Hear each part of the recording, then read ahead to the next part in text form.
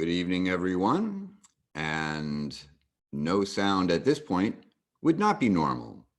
Therefore, I am hoping that you will all raise your hands, those of you who are here with me in real time, to let me know that I can be heard. There we go. Thank you all very, very much.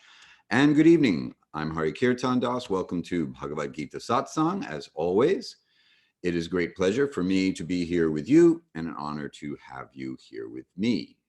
And now that we have taken care of the first item of business for our housekeeping chores, let's take care of the rest. Here we go. No. There we go. All right. So you can adjust your audio settings in case I am too loud or not loud enough. You can do that in the upper right-hand corner, and you can also check your viewing options there. You need not worry about your microphone or video camera. I cannot see or hear you, but now that we know you can hear me, and I assume see me as well, if you would like to make yourself heard, please type something into the chat window. If you prefer, the Q&A box is also open for any questions or comments that you may have. And with that, greetings to all of you who have just now joined us. Last class, we finished chapter 17, except that this isn't actually what we did. You know, let me tell you what we actually did. I'm going to actually fix this in real time. We will check out of full screen for just a moment and turn this all the right color and the right font. Usually I don't do this, but because I don't actually like to make my slides while I'm teaching the class. But for you, because you're special, I'm going to make an exception. All right, there we go. And back to full screen. So here's what we actually did last time. We spoke about charity and the three qualities of material nature and the threefold indication of Brahman, Om Tat Sat. We covered verses 20 through 28. And we'll review some of that in just a moment. First, let me tell you what we're going to do this evening. We're not going to do this because that's what we did last week. Let me show you what we're actually going to do this week. Normally, I don't edit the slides in real time, but because you're special just for you, I'm going to do it. Let's exit full screen. And now you get to see me do it again. This is the magic behind the scenes. You get to see how I create these wonderful slides as if you needed to know how to edit a PowerPoint slide, which really isn't that big a deal. All right. We'll fix the font because I know you wouldn't want me to be using the wrong font, which takes a moment for the little blue wheel of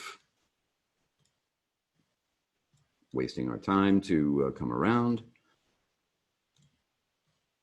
And there you have it. Ta-da! And now you know what we're actually going to do tonight. We are going to begin chapter 18, the Yoga of Perfect Renunciation. We will begin with Arjuna's questions about renunciation. Okay, well, I'm glad you're impressed. By the way, if you ever want tutorials on how to create PowerPoint slides for a webinar, now you know who to talk to. Arjuna will begin the chapter with a question about renunciation, specifically the distinction between two kinds of renunciation. We'll talk about three activities, or Krishna will actually speak about three activities that should not be renounced by anyone, and we will cover verses 1 through 6. And I am going to proceed with faith that those are the last slides that I will have to edit for you in real time. Or any time for that matter, because I'm pretty sure I got the rest of these slides done. So before we proceed and find out if I actually prepared the rest of the slides ahead of time instead of doing it now, we will chant our invocation mantra as is our usual practice. So a note for some of you who are new to the satsang and also new to transliterated Sanskrit that is rendered in the Roman alphabet with diacritics that act as pronunciation cues. The dot over an M indicates that we close our lips as we normally would with an M, but at the same time, we also close the back of our tongue to the roof, the back of the roof of our mouth, so that we make a very rounded kind of sound. The sound actually sort of comes out of your nose as much as through your closed lips. A bar across a vowel, in this case an A, indicates an open and elongated sounding vowel, as opposed to without a bar, which is pronounced as a short and more truncated kind of vowel sound or closed vowel sound. And I trust you'll see what I mean when I chant this line. And if you like, you can chant it back. Here we go. Om Namo Bhagavate Vasudevaya.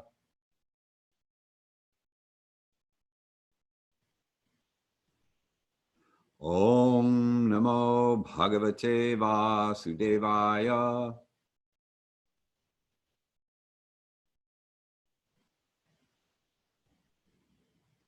Om Namo Bhagavate Vasudevaya.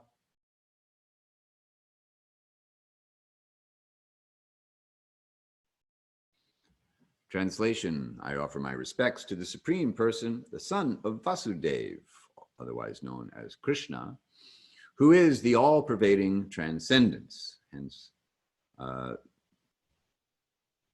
the mantra is a Vishnu mantra and also a Krishna mantra. And since Krishna is the speaker of the Bhagavad-gita, that explains the appropriateness of this particular mantra.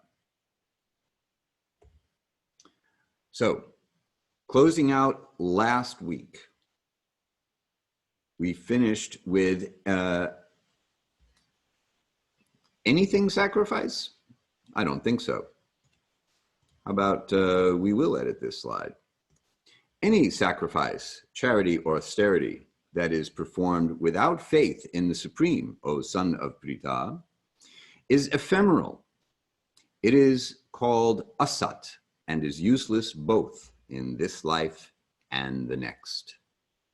So leading up to this verse, we find Krishna speaking about how to spiritualize an activity by adding the invocation Om Tat Sat, or dedicating that activity to the Supreme,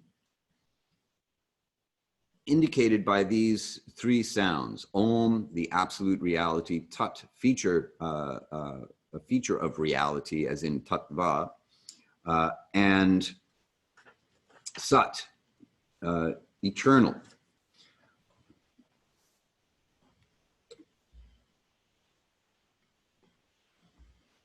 The ultimate goal of all activities, as far as Krishna is concerned, is to free oneself from the entanglement of material nature, which means liberating consciousness from the influence of material nature. It doesn't mean renouncing the world, leaving the world behind.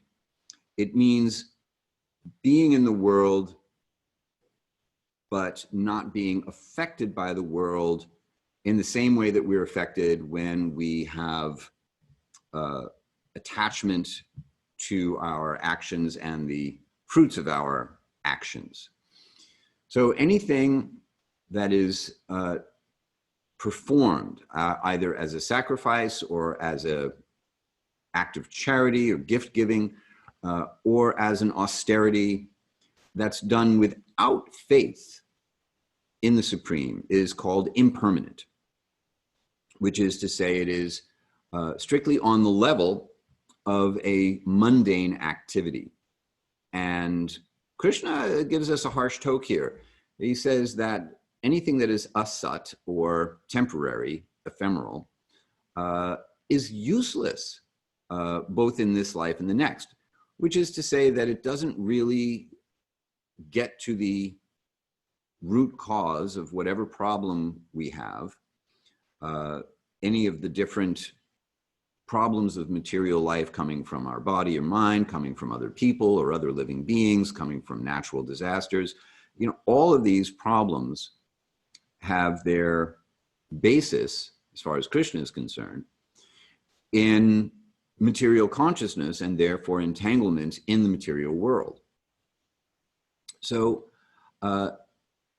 anything in any kind of activity that's constrained to the limits of material welfare work, however good they may appear to be, are only giving temporary relief, not sustainable happiness.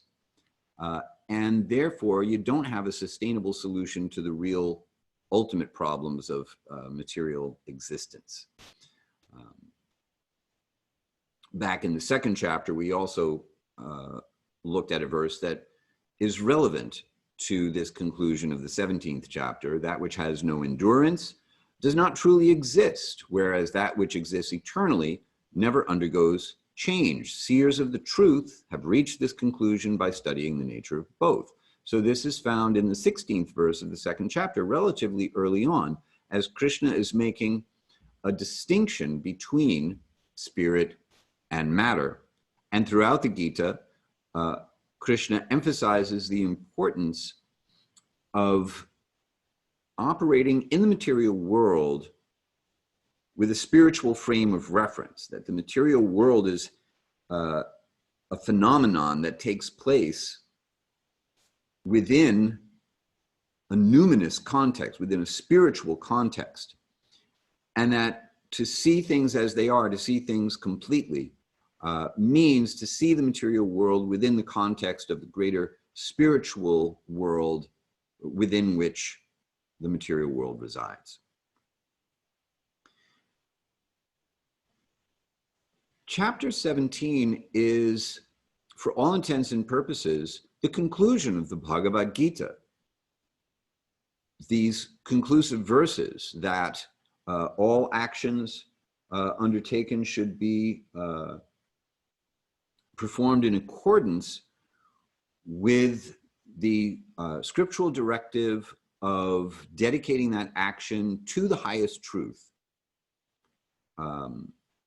And one should not engage in activities simply on the mundane platform if one actually wants to experience sustainable happiness and the ultimate goal of life. That's our conclusion. And the 18th chapter, which we're about to begin, is going to be a summary of everything Krishna has taught Arjuna through the 17th chapter, and in the same way that the second chapter is a preview of everything he's going to teach Arjuna. So the Bhagavad-gita is structured in such a way that, so that Krishna is observing what's known as Murrow's law, for you media fans. That is to say, a law of communication codified by Edward R. Murrow, the great-grandfather of television journalists. That law is, tell them what you're going to tell them, then tell them what you told them.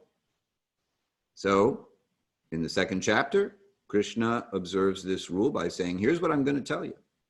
Then from the third chapter to the 17th chapter, he tells you. And then in the 18th chapter, Krishna says, here's what I just told you. Murrow's law.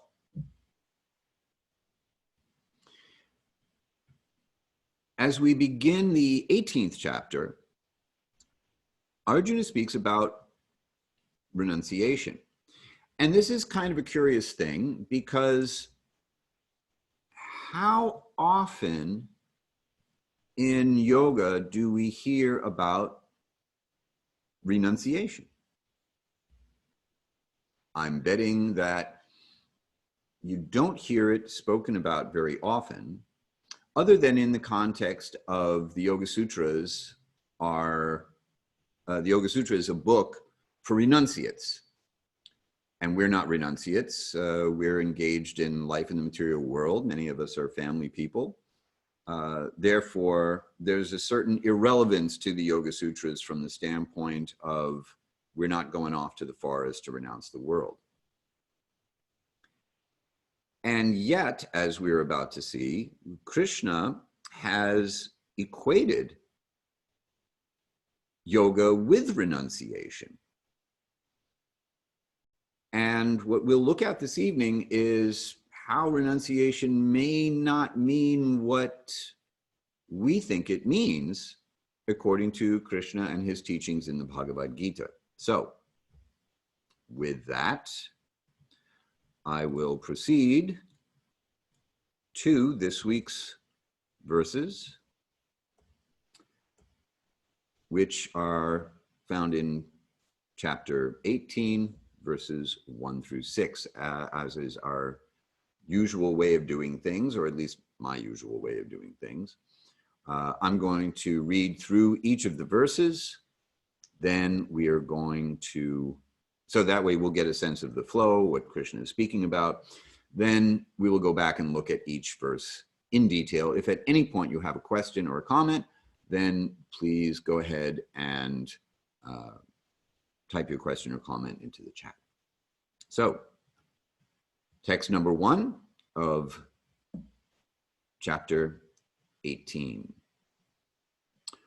Arjuna said, "O mighty armed one, I wish to know the truth about the distinction between the renunciation of action and the renunciation of the fruits of action.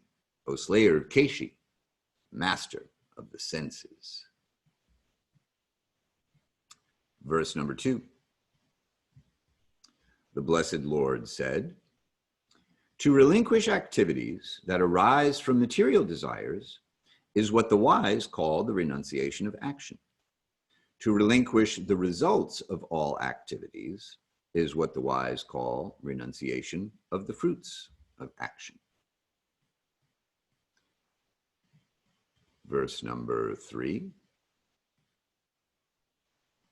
Some sages say that action itself is inherently flawed and should therefore be renounced. Others maintain that acts of sacrifice, charity, and austerity should never be forsaken. Verse 4. O best of the Bharatas, hear now my conclusive judgment about the renunciation of the fruits of action. O tiger among men, such renunciation is proclaimed to be of 3 types. Verse number 5. Acts of sacrifice, charity, and austerity are not to be forsaken. Indeed, they must be performed, for sacrifice, charity, and austerity surely purify even those who are wise. And verse number 6. All these activities should certainly be performed, but without attachment or any desire for result, O son of Pritha. This is certainly my ultimate opinion.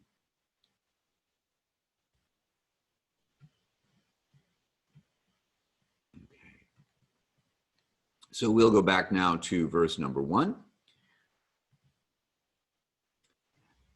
And in this verse, Arjuna asks his question. And there are 2 key words that we will look at as we examine both the question and the answer. They are sannyasa and tyaga. These are the 2 different kinds of renunciation that Arjuna is asking for clarification on. So the verse once again, Arjuna said, "O mighty armed one, Mahabahu," Maha, great, Bahu, arm, or arms. I wish to know the truth about the distinction between the renunciation of action and the renunciation of the fruits of action, O slayer of Keshi, master of the senses. So sannyasa means the renunciation of action, and it also refers to a spiritual order, or a sannyasin, a person who has renounced actions that are rooted in material desires. Someone who has walked away from family life. In other words, a monk, a renunciate. And then tyaga refers to the renunciation of the fruits of action. So this is what Arjuna wants a clarification on. You know, how are these two things different? Is one better than the other? Etc. And since the subject matter is liberation or disentanglement from the inherent problems of material life, liberation from the conditioning of the qualities of material nature, goodness, passion, and ignorance that we have discussed, freedom from the obligation to experience reactions to one's actions, or in other words, freedom from karma. The question becomes, does liberation require inaction, or does liberation result in inaction?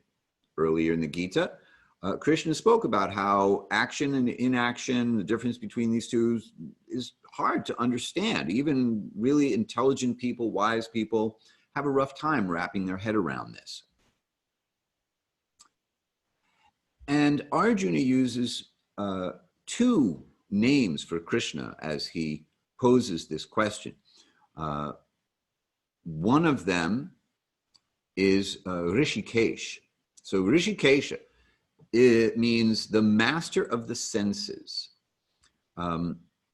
So as the master of the senses, Krishna can always help us to attain mental serenity. And so Arjuna's asking all of these questions and inquiring from Krishna for the sake of regaining his own composure as he faces his cousins and teachers and his grandfather on the battlefield, and needs to just pull it together to figure out how to respond to his destiny that somehow or other has brought him to this place. One of my teachers that I was corresponding with earlier today provided me with this very nice quote. Destiny is the voice of God. And when we're listening to or paying attention to our destiny with this idea in mind, then it changes our conception of how we should respond to our destiny. This is a way of seeing our destiny as a medium for relationship with the highest truth.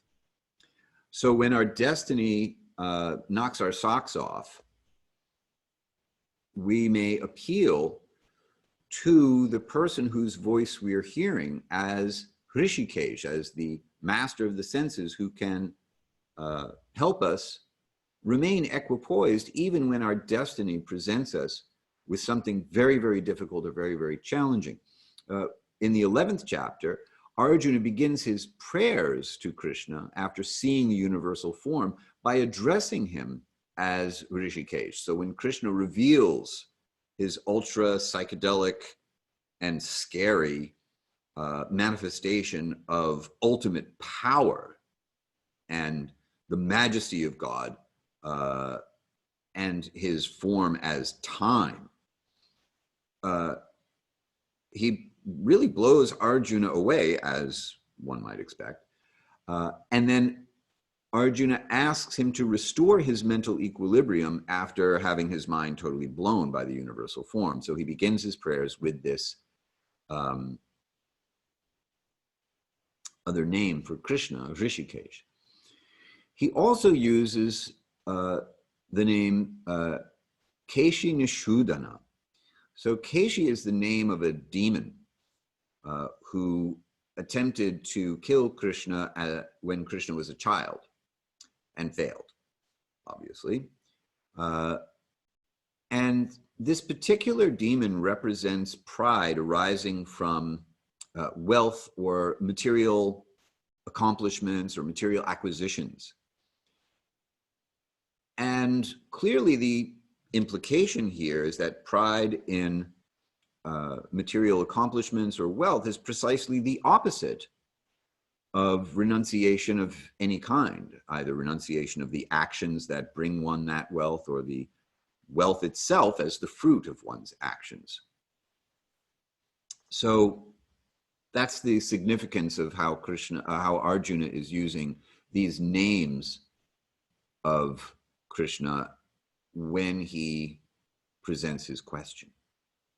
Speaking of questions, if you've got one, go ahead and pop it into the chat. And while I wait for your questions, I'm going to go back to the share because this next verse is the verse that we are going to chant together this evening.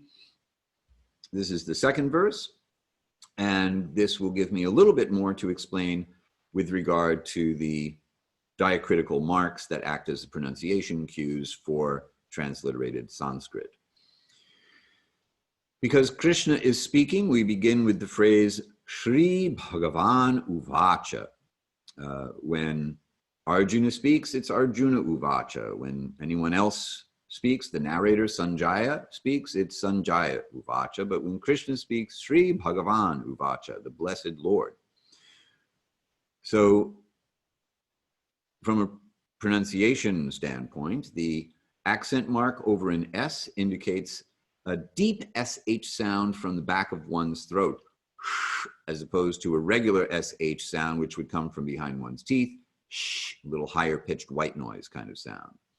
The bar across an I acts the same as a bar across an A, so this will be a longer and more open sound, so almost like two E's as opposed to a short I. So it'll sound more like beat as opposed to it.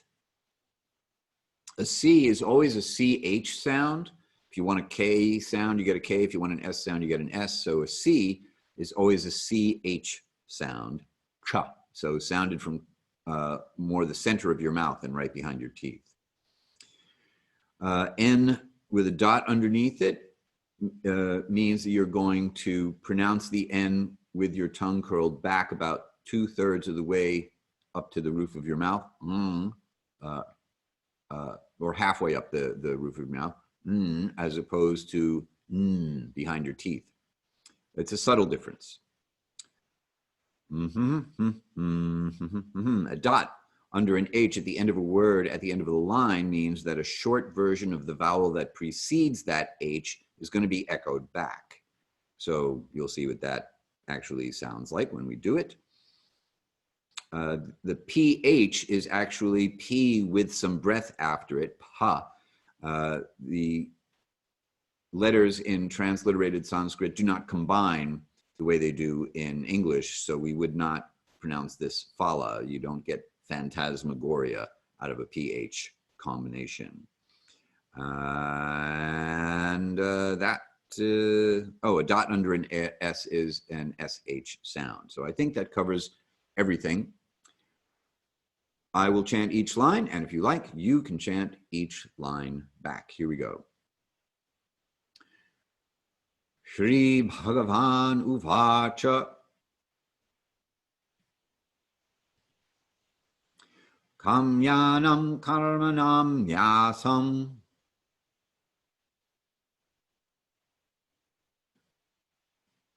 Sanyasam Kavayo Viduhu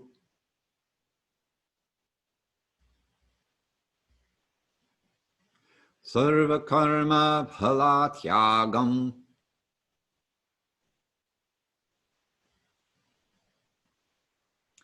Prahus tyagam vikshakshanaha.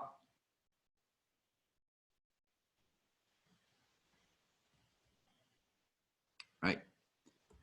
The translation, once again, the Blessed Lord said, to relinquish activities that arise from material desires is what the wise call the renunciation of action, sannyasa. To relinquish the results of all activities is what the wise call renunciation of the fruits of action, tyagam. So let's go back just for a second so you can see these two words that Krishna is referring to, sannyasam and tyagam, which shows up actually twice. This word also, kamyanam, is important because it is indicating with desire. And you'll see how this is going to be amplified in how we understand karma in just a moment. So Krishna is doing something really interesting here. He's specifying a particular kind of action, actions that arise from material desires. And this is called the renunciation of action. So it's not just renunciation of all action, it's a renunciation of a particular kind of action. Action that is associated with the pursuit of the fulfillment of material desires, as opposed to actions in pursuit of the fulfillment of spiritual desires. Remember that a lot of times we will hear that we should become desireless because the word desire is not qualified as a material desire, and there's no distinction made between material desire and spiritual desire. However, desire, when it is not accompanied by this qualification, is assumed to mean material desire. And the opposite of desire, therefore, is not desirelessness. The opposite of material desire is spiritual desire. We find this in the Yoga Sutras as well, where Patanjali speaks about how certain activities create an impression on the mind that is conducive to spiritual advancement, to the understanding of the true nature of the self, whereas other actions are detrimental to the understanding of the true nature of the self. So even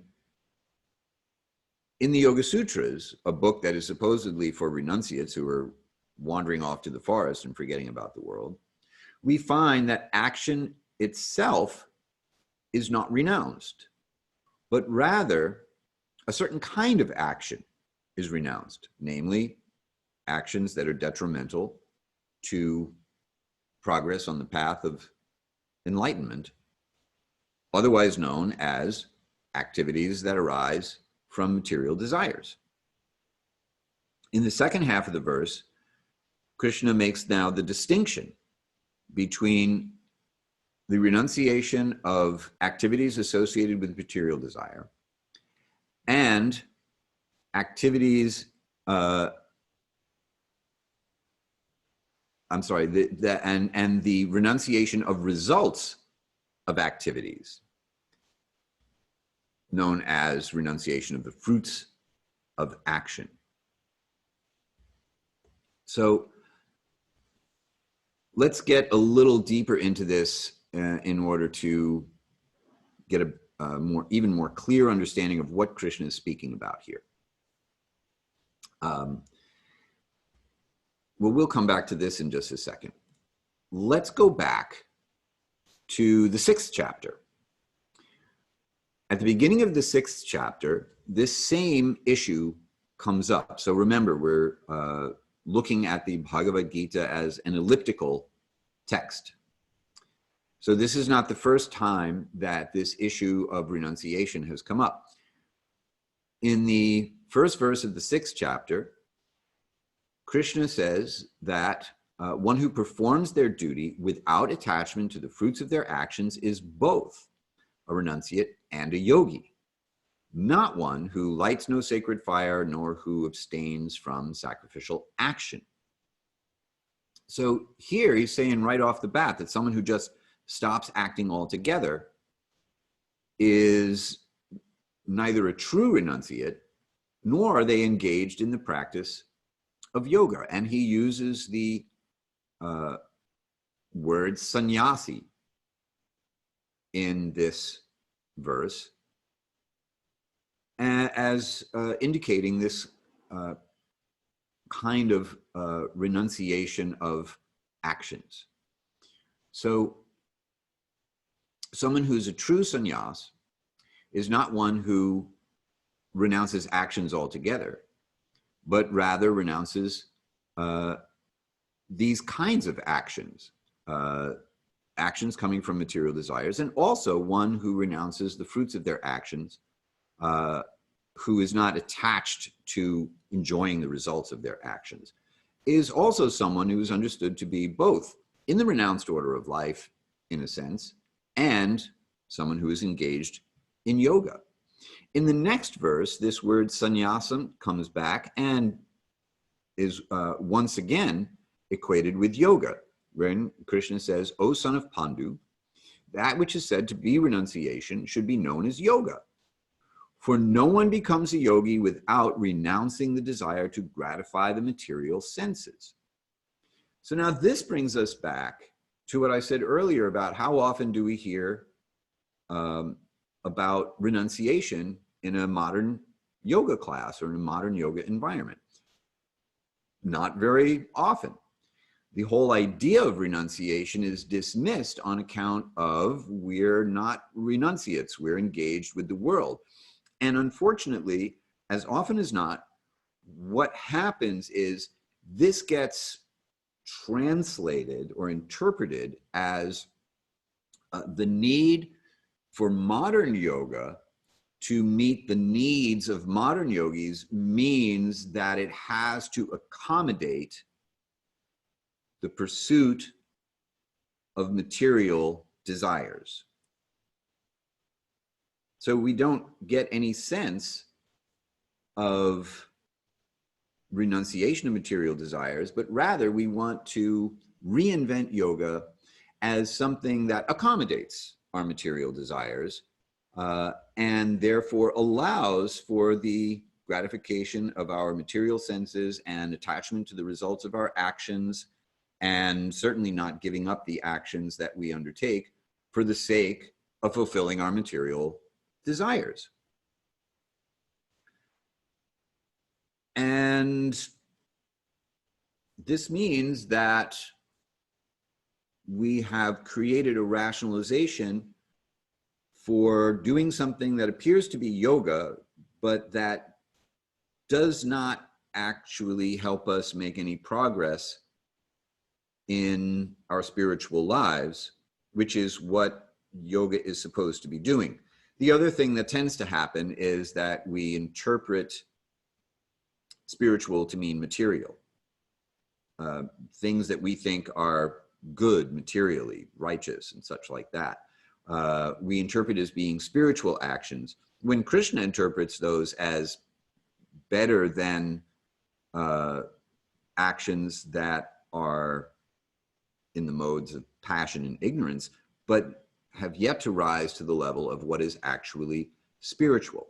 So now let's take a closer look at this so that we can see how it isn't necessary to redefine yoga in some modern sense that accommodates the very kind of action and attachment to action that is detrimental to impressions on the mind that will help us in our spiritual lives. So we'll come back to our slide. So a Sanskrit term for actions for material enjoyment is karma kanda. So remember I pointed out earlier, well, I'm sorry, I'm jumping ahead of myself. So karma kanda is what Krishna is speaking about earlier in the Gita, when he advises Arjuna not to be bewildered or taken off track by what he calls the flowery language of the Vedas. So there's a section of the Vedas called the Karma Kanda section. And that section might as well be titled, How to Get What You Want in the Material World, how to fulfill your material desires. So these are scriptural directions on how to generate good karma. And that's nice, but that's not yoga. And it's not karma yoga, because karma yoga isn't about generating good karma. Karma yoga is action that brings about union with the Supreme, or action that extracts consciousness from the influence of material nature.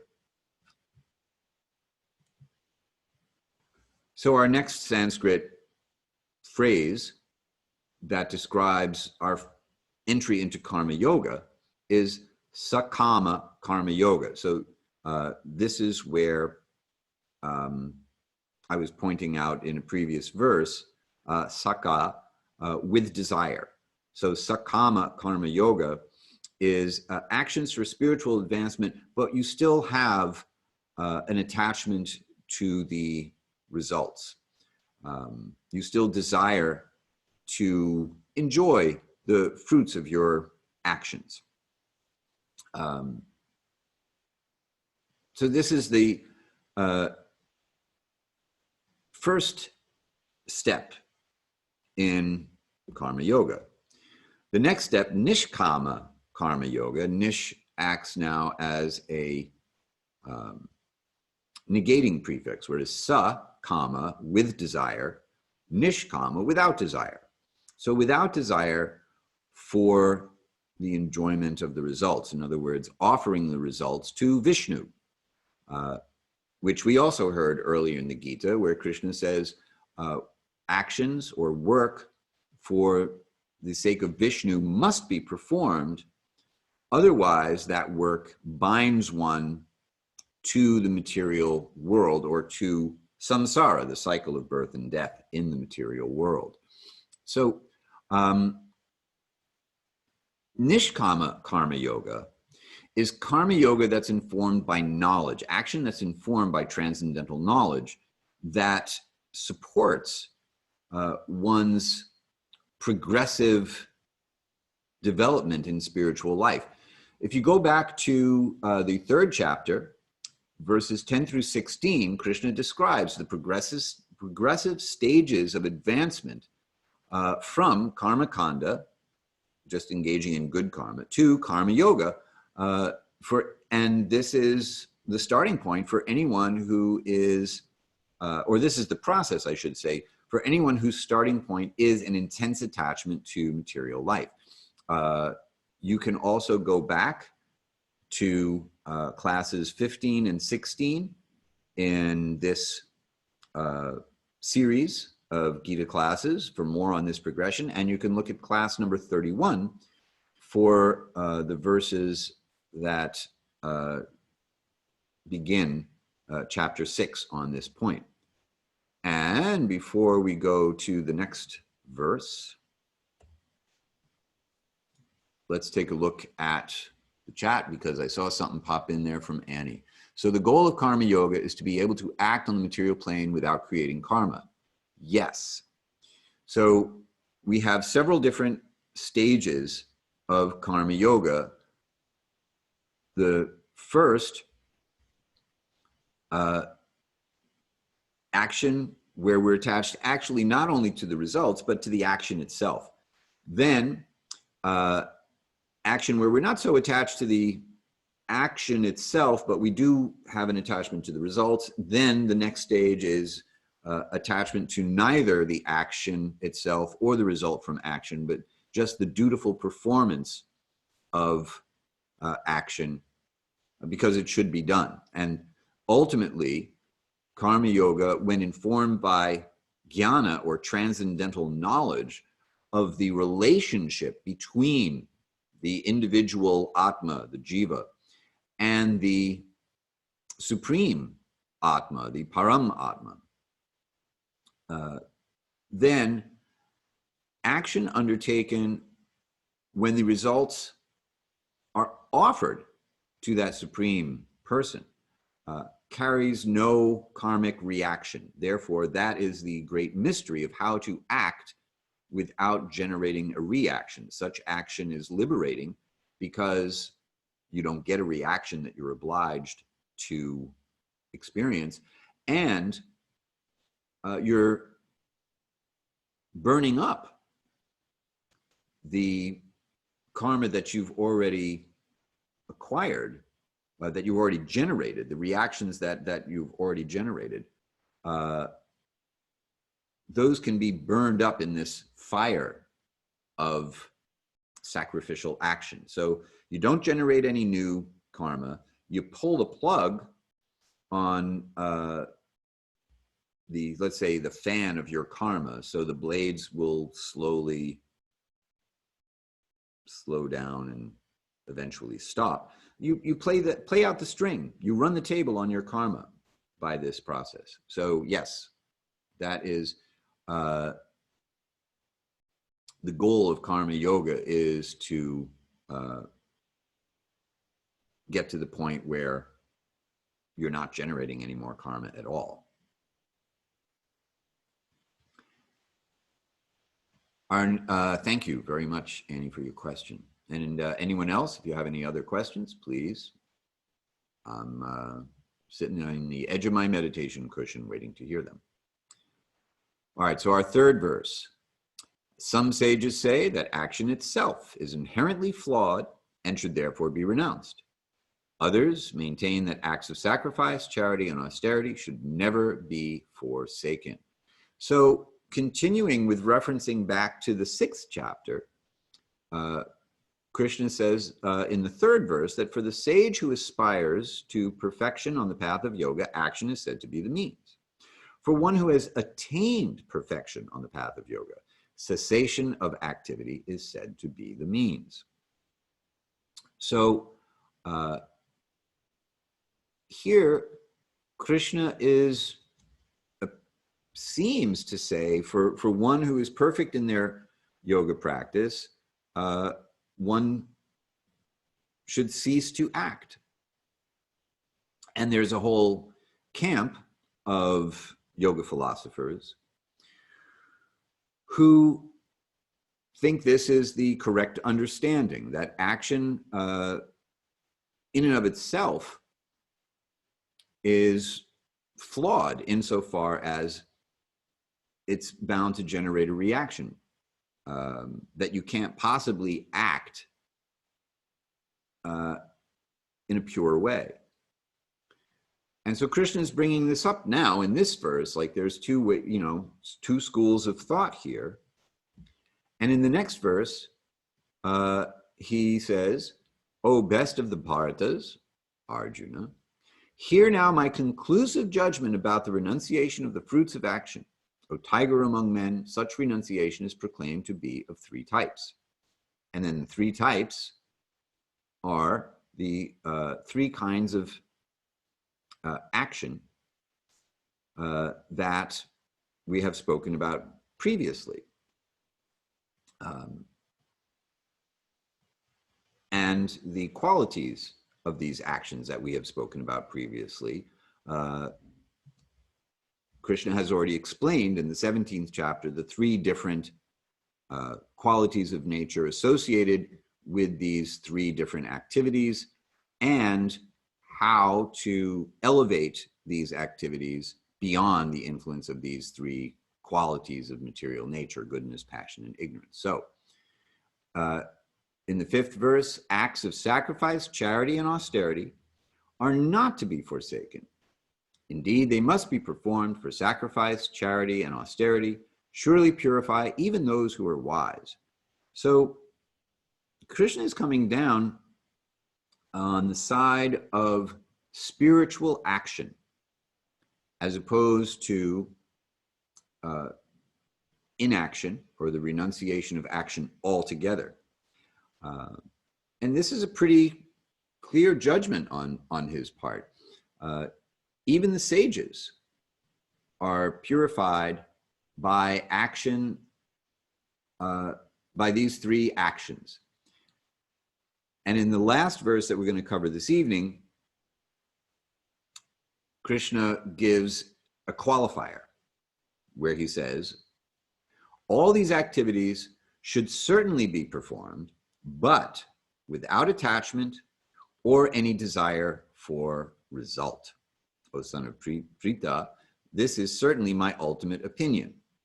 So, without attachment to the activity, or without attachment to, and without attachment to the results of the activity. That is to say, one should perform these things simply because they should be done, offering the results of all of these activities to the Supreme Person. Vishnu, or Jagya, is a name for Vishnu, indicating the ultimate recipient of all sacrifices, all offerings, gifts, the ultimate person for whom any austerity should be performed.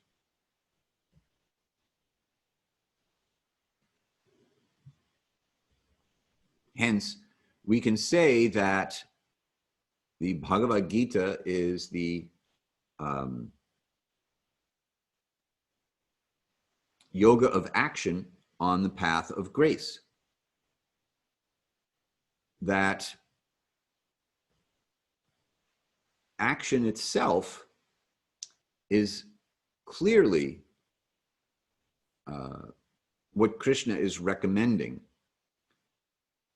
However, the qualification is that he's making a distinction between material action and spiritual action, and describing spiritual action as that action that one performs without attachment to the particular action, without attachment to the results of those actions, in each case acting as in accordance with one's duty, offering the results to the Supreme Person. So that is Krishna's opinion of renunciation. And this is totally applicable in our modern lives. Because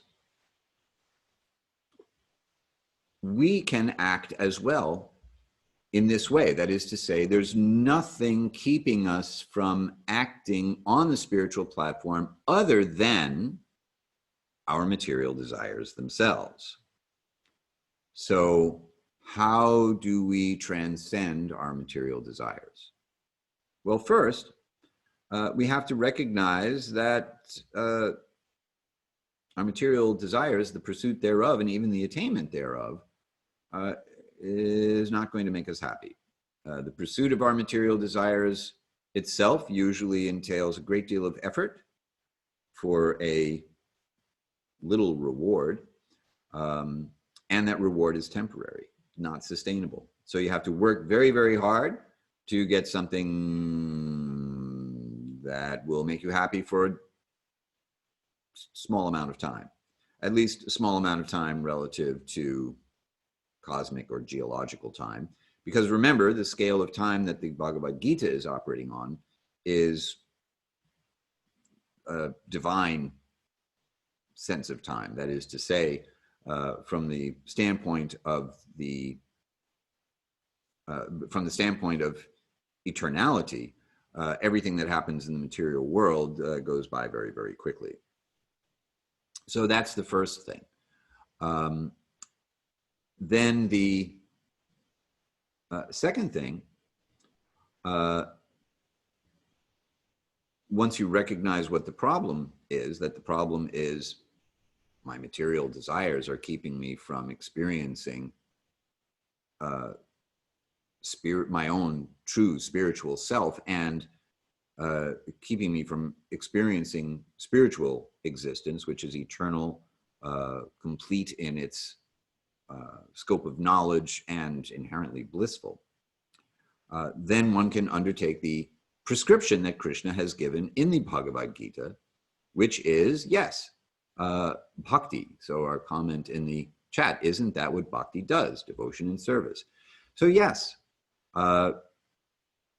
this is also the prescription we find in the Yoga Sutras.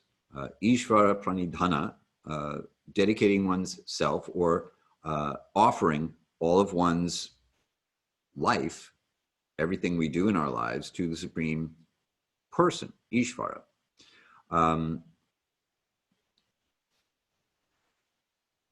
Earlier in the Gita, Krishna says that one can try to renounce one's material desires, but a taste for those desires, the taste for the things that we like, will remain. Acquiring a higher taste, however, makes it easier to let go of that lingering inclination for the fulfillment of our material desires. Which is to say that when we start to experience a higher level of happiness, a categorically different kind of happiness that the yogi accesses by the inward turn of a spiritual practice, then the desire for material stuff lessens in a very natural way. We just lose interest. Just as Krishna uses the analogy that what is day for someone who's materially absorbed is night for one on the path of yoga, and what is night for the materially absorbed is day for the introspective sage. Meaning that as we engage in this process, going from karma yoga to karma yoga informed by transcendental knowledge, to engagement in devotional activities as described in the middle sections of the Bhagavad-gita, or as we elevate any activity as described in the last chapter, the 17th chapter, to the transcendental platform by dedicating them to the Supreme Person as indicated by the sound Om Tat Sat, then one actually begins to experience a broader kind of vision that allows the yogi to see themselves as spiritual beings, see others as spiritual beings, and experience reciprocation from the Lord within the heart, who promises in the 10th chapter that one who is devoted to me, I'm especially inclined towards them. I will give them the knowledge by which they can come to me. I will illuminate this knowledge from within their heart. And when we begin to have this experience, then we move from a theoretical understanding of the wisdom of renunciation of actions associated with the pursuit of material desires and the fruits of those actions, to actions that continue to amplify our spiritual experience and help us make progress along the path of spiritual life. And now is a good time to ask some more questions if you have them. Let me come back here and let's see if I need to edit any more slides to tell you what I just told you. Observing Moreau's Law. Tonight's class, hey, this wasn't tonight's class. This was last week's class. I need to edit this slide, except, you know, I did that already. So I'll just go back to the beginning and tell you that tonight's class was all about Arjuna's questions about renunciation and the three activities that no one should renounce. We covered verses 1 through 6. And we made a distinction between material desires and spiritual desires, and actions associated with each of these desires, how one is favorable to spiritual life and one is not. And we started to explore how is it possible to engage in yoga in such a way where renunciation actually becomes a factor, because it's properly understood and placed in its proper context. So now let's just see how I did on the very last slide. Let's see, I know I got tonight's class wrong. Once again, if you have any questions, Nia, I'm very happy to hear that. So I'm glad I could be of service to you in this way. If you have any questions after the fact, please write to me, hari@hari-kirtana.com. And I'll be very, very happy to hear any questions. And if anyone who's here has any lingering questions that I missed while I was away in India and somehow or other didn't circle back to, please just give me a reminder and I'll see if I can get to it. Hey, next week. Look, I got this slide right. We will continue with the yoga of perfect renunciation. Krishna summarizes his teachings about karma in the upcoming verses. We will speak about how there's no way to delay that trouble coming every day. And the impossibility of inactivity. We will cover verses 7 through 12. And that's all for this evening. I thank you very, very much for being here. Here we go. I will probably be absent next week. 2,000 miles in 4 days.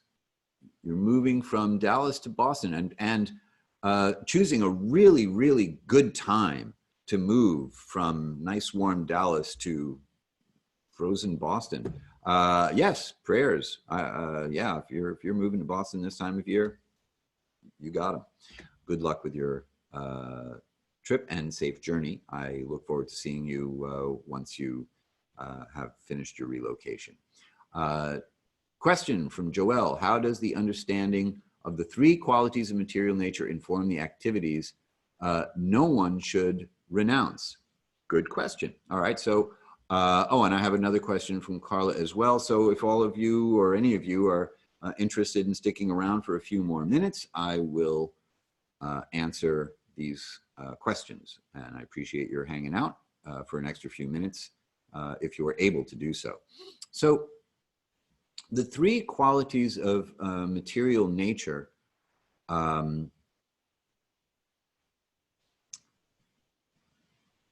and the activities we should not renounce. What Krishna is recommending here is that we don't renounce these activities, but we perform them with a level of detachment that elevates these activities beyond the three qualities of material nature. So in the previous chapter, we looked at these activities from the standpoint of the three qualities of material nature and how they each look. In other words, how does sacrifice look in the three modes? How does austerity look in the three different qualities? How does charity look when performed in these different qualities?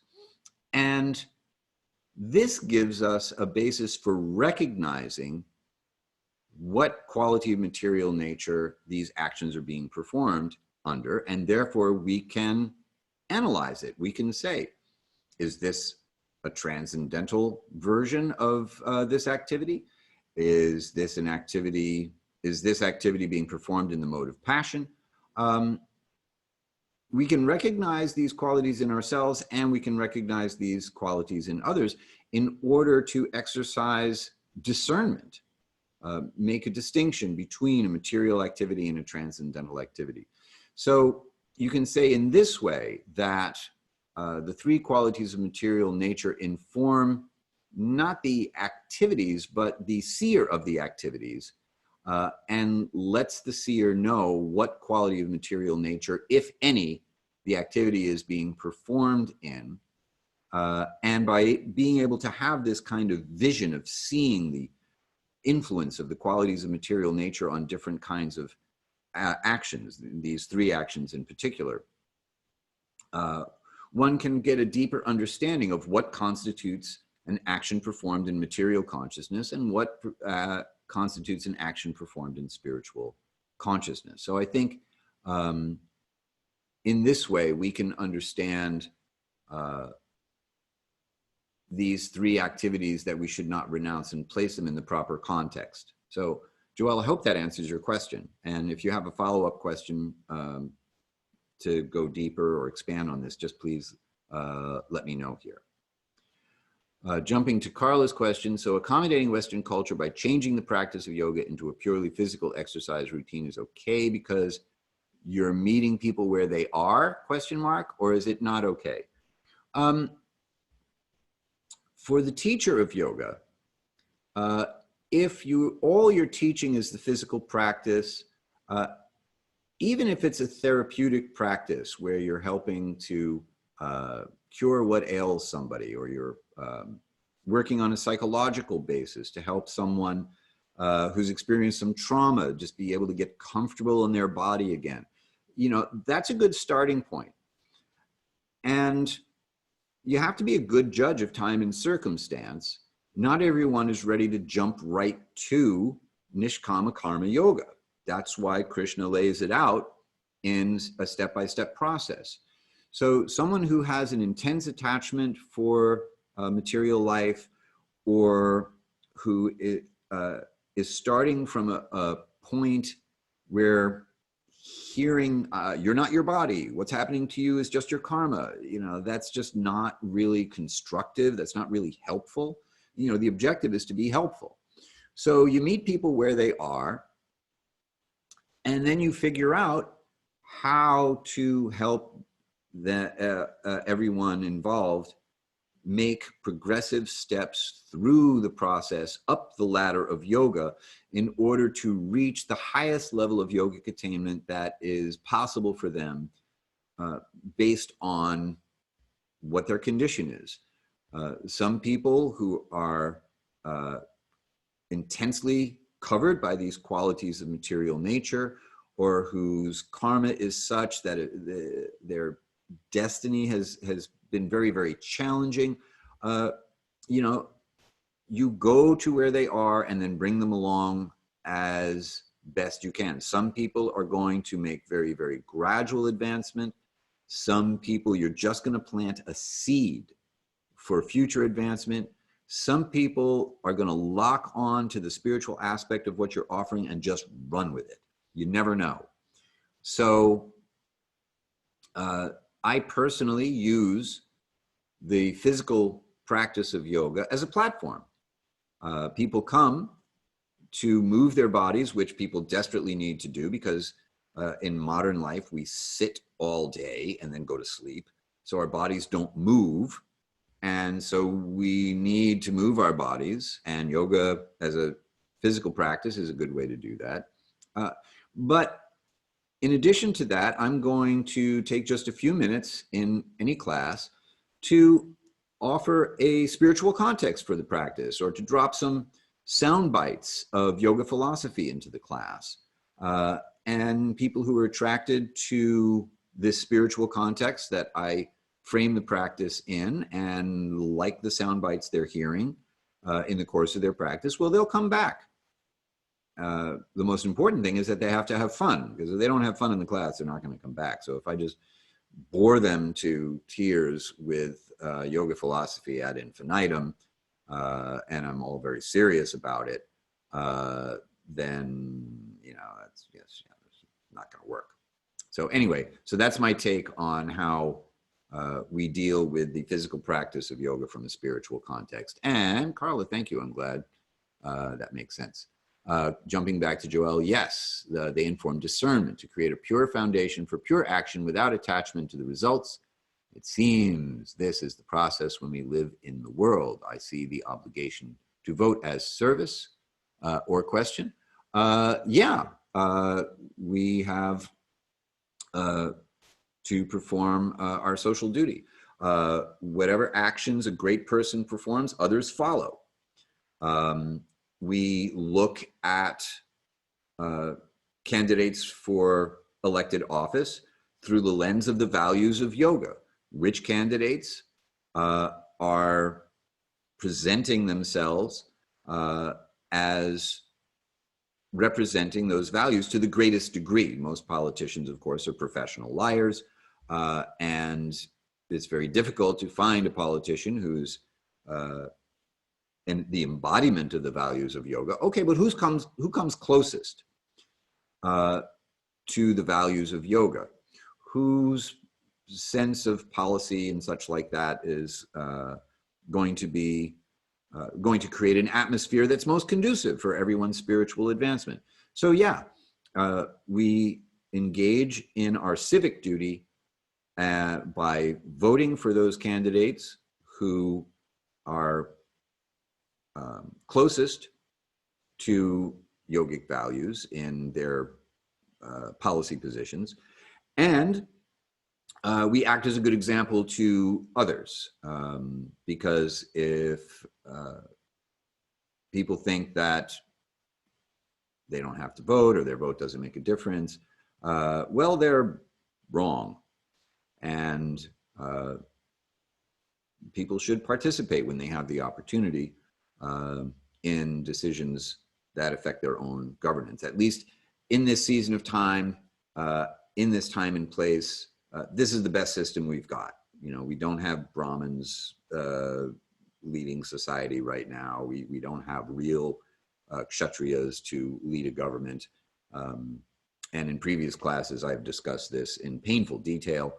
But yeah, participating and doing our civic duty, being good examples to others by performing our civic duty, participating in the society that we happen to be in. You can turn that into yoga too. I have a blog post actually called The Yoga of Voting. Please feel free to go to my website and check it out.